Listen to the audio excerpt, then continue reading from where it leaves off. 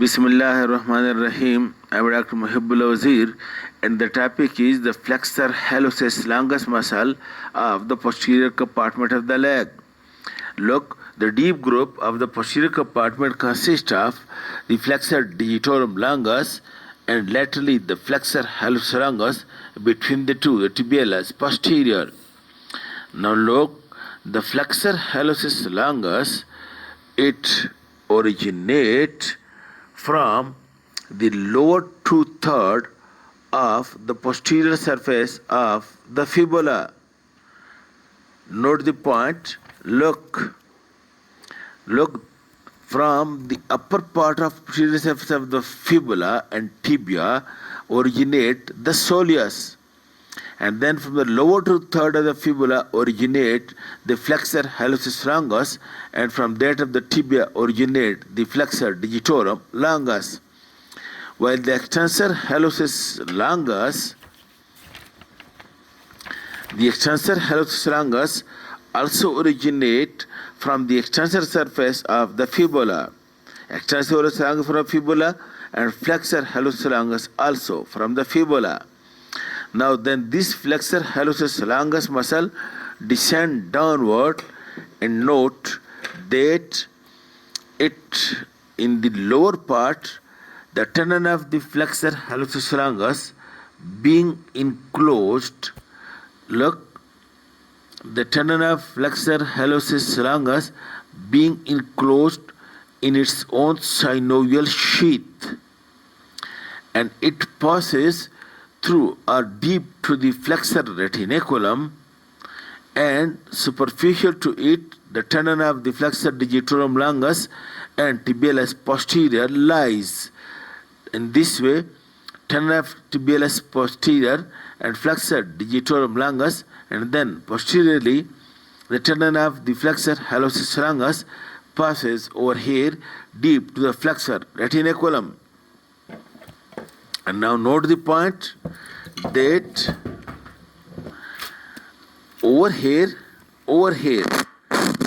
the tendon of flexor hallucis longus, it grew the posterior surface of the talus. This grew, and then it passes,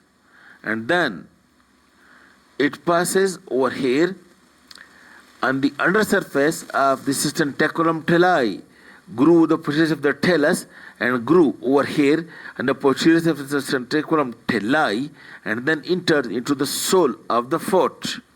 You follow it. You look, it enters into the sole of the foot along the medial border of the foot. And then over here it is being crossed. You look over here, this is the tendon of flexor hallucis longus.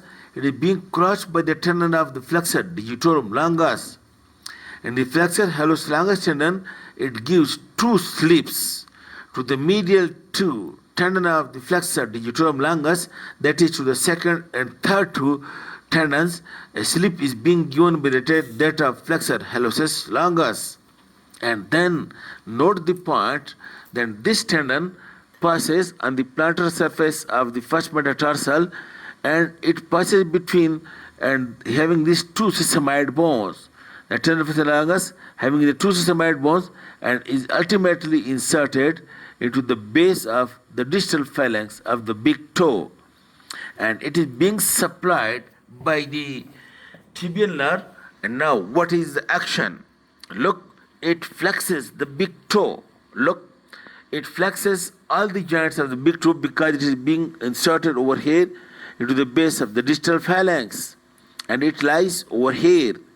And because it lies over here on the plantar surface of the medial border, that's why it helps to maintain the medial longitudinal arch as well. And because it passes posterior to the ankle joint, that's why it also plantar flex the ankle joint. Now the important point is that it flexes all the joints of the big toe. Note the point.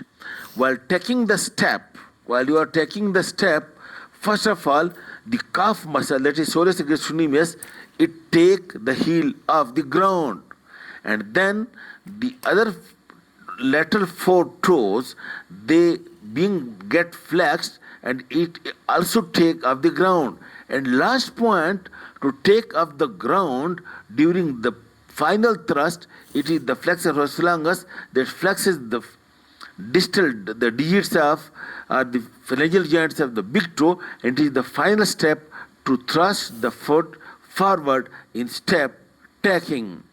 Okay, this is about the flexor hallucis longus muscle. Thank you.